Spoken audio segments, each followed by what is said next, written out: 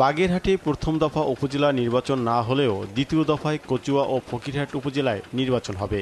স্থানীয় সরকার এই নির্বাচনকে ঘিরে উৎসবের আমেজ বিরাজ করছে।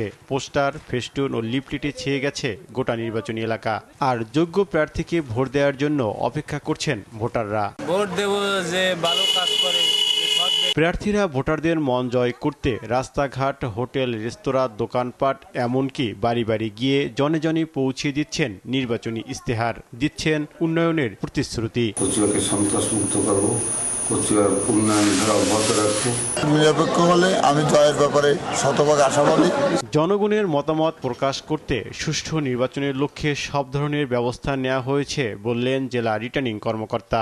সুষ্ঠুভাবে নির্বাচন আয়োজন করার জন্য আমরা প্রস্তুতি সম্পন্ন করেছি। এদিকে দ্বিতীয় দফা নির্বাচনে কুমিল্লার লাকসাম ও মনোহরগঞ্জের হাট বাজার, অলিগলি এমনকি গ্রামগঞ্জের পাড়া মহল্লার চায়ের দোকানে এখন নির্বাচনী আলোচনা সমালোচনার ঝড় বইছে। চলছে মাইকিং, প্রার্থী সমর্থকদের উঠান বৈঠক, সভা সমাবেশ।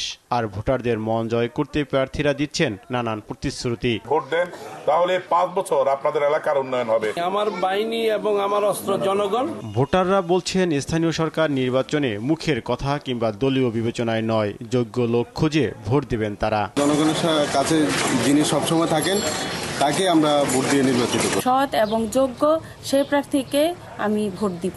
সকলের অংশগ্রহণে সাম্প্রদায়িক সম্প্রীতি অটুট রেখে ভোটের পরিবেশ তৈরি করবে প্রশাসন, এমনটাই আশা করছেন সাধারণ মানুষ।